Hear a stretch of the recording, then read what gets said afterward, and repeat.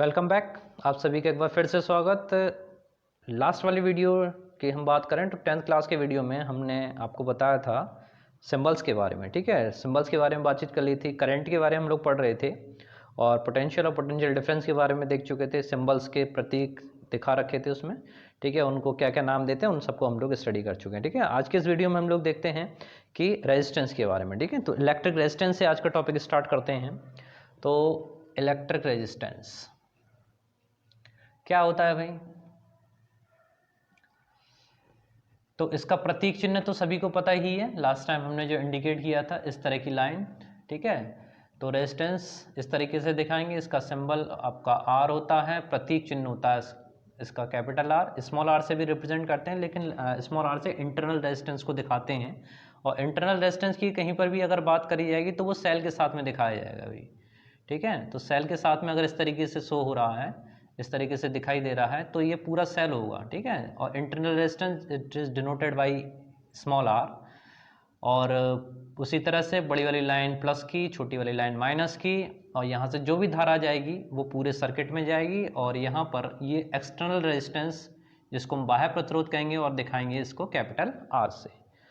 Okay, अब बात करते हैं रेजिस्टेंस के बारे में। तो जो इसमें जो धारा के द फ्लो ऑफ करंट है, ठीक है, उसका अपोजिशन करने की जो प्रॉपर्टी होती है दिस कॉल्ड द रेजिस्टेंस। ठीक है, अगर हिंदी में कहें तो धारा के मार्ग में उत्पन्न होने वाली रुकावट को हम वैद्युत प्रतिरोध कहते हैं। ठीक है, इससे दिखाते हैं आप इसको आर से। और इसका जन्म कहाँ से हुआ उसको आप ही समझ लीजिए कि इसमें आप पढ़ेंगे ओम्स लॉ। ठीक है, ओम का नियम। ओम का नियम जो है वो नियम दिया जाता है किसी भी चालक के लिए। स्टेटमेंट ये है कि अगर किसी चालक की भौतिक अवस्थाओं में कोई परिवर्तन ना हो तो उसके सिरों पर जो विभवांतर V है और उसमें बहने वाली जो धारा I है, ठीक है, ये दोनों एक दूसरे के समानुपाती होते हैं। का मतलब ये है कि अगर किसी चालक तार की, ठीक है, कोई चालक तार लिया जाए, कोई कंडक्टिंग वायर लिया जाए, उस कंडक्टिंग वायर की लेंथ, टेम्परेचर, ठीक है, और प्रेशर, ठीक है ना, इन सब में अगर कोई चेंज ना हो तो उसके सिरों पर पोटेंशियल, यानी किसी भी सिरों पर अगर विभवांतर की बात की जाए तो उसमें विभवांतर V का मान उसमें प्रवाहित होने वाली विद्युत धारा I के समानुपाती होता है। मतलब क्या हुआ? इसका मतलब हुआ जैसे जैसे पोटेंशियल इंक्रीज करेगा विद रेस्पेक्ट टू करंट भी इंक्रीज करेगी। क्लियर? अब इस प्रोपोर्शनल साइन को जब हम हटाते हैं तो एक कांस्टेंट आता है and this is known as the resistance R।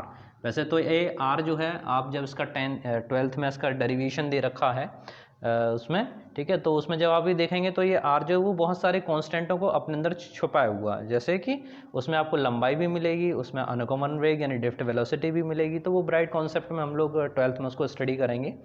Okay, यहाँ पर 10th के पर्पज से आप बस ये समझ लीजिए कि आप जब प्रोपोर्शनल साइन हटाएंगे तब एक कांस्टेंट आएगा, this is known as the resistance V equals to IR। ठीक है, और you can say also that R this is equals to V upon I। What is the R? R is the ratio potential and the current. ठीक है, तो यहाँ पर अब इसका यूनिट यानी मात्रक की बात अगर हम करना चाहें तो मात्रक को आप लिख सकते हो विभव है, पोटेंशियल है।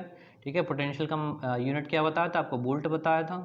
ओके, और धारा बह रही है, धारा का मतलब एम्पियर, वोल्ट पर एम्पियर कह लीजिए, या फिर जॉर्ज साइमन ओम ने इस वाले फॉर्मूले को दिया था, इस नियम को दिया था। ठीक है, ओम का नियम, तो उनके लिए ओम प्रतीक के चिन्ह में उनका जो मात्रक है रेजिस्टेंस का वो ओम प्रयोग किया जाता है। ओके, तो यहाँ पर इसमें एक चीज़ और आपको बताने के लिए अच्छी है कि अगर आप V और I के बीच में रेशियो खींचते हैं, वैसे अगर कोई भी कहीं भी प्रोपोर्शनल चिन्ह वाली दो भौतिक राशियाँ फिजिकल क्वांटिटीज़ दे रखी हों, if you plot the graph between them then you have get a straight line. और स्ट्रेट लाइन कैसी होगी कि V के प्रोपोर्शनल I, जैसे जैसे V का मान इंक्रीज करेगा I का मान भी इंक्रीज करेगा। ठीक है, तो अगर आपसे ये भी पूछा जा सकता है कि अगर V और I जो हैं इनके बीच में अगर हम ग्राफ प्लॉट करते हैं तो आपको कैसी रेखा मिलती है, तो यहाँ से आप सीधा कह सकते हैं कि आपको एक सरल रेखा प्राप्त होती है।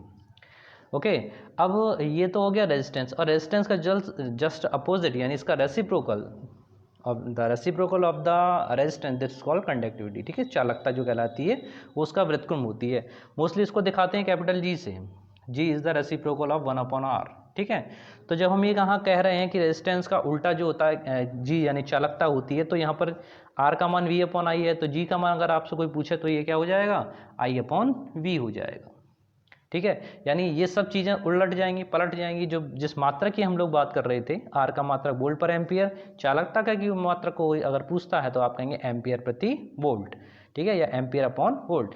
अगर ओम के केस में अगर आपसे कोई चालकता का मात्रक पूछे तो आप कहेंगे ओम इनवर्स, ठीक है, ओम इनवर्स। ओम की स्पेलिंग या महो भी लिख सकते हैं भाई, MHO महो, ठीक है, क्योंकि ओम को आप क्या लिखते हैं, OHM ओम लिखते हैं, तो उसका रेसिप्रोकल MHO महो, ठीक है ना। तो इस तरीके से आप चालकता को डिफाइन करेंगे। तो आपका इस वाले टॉपिक में हम लोगों ने रेजिस्टेंस क्लियर कर लिया, किसी भी विद्युत धारा के मार्ग में उत्पन्न होने वाली रुकावट, ओके, और उसका व्युत्क्रम जो कहलाता है वो आपका चालकता कहलाती है। ओम का जो लॉ है वो रिलेशन बताता है आपको V और I के बीच में, अगर ग्राफ प्लॉट करते हैं तो स्ट्रेट लाइन मिलती है, ओके, और यहाँ पर इसको हमने सर्किट डायग्राम के रूप में आपको डिनोट कर दिया। अब इसके बाद देखते हैं इनका सीरीज क्रम में जुड़ना और पैरेलल में जुड़ना, ठीक है, आइए देखते हैं। रेजिस्टेंसों का जोड़ना, ठीक है, रेजिस्टेंसों का जो कॉम्बिनेशन है वो तीन तरह से हो सकता है। नंबर 1 को हम पढ़ते हैं सीरीज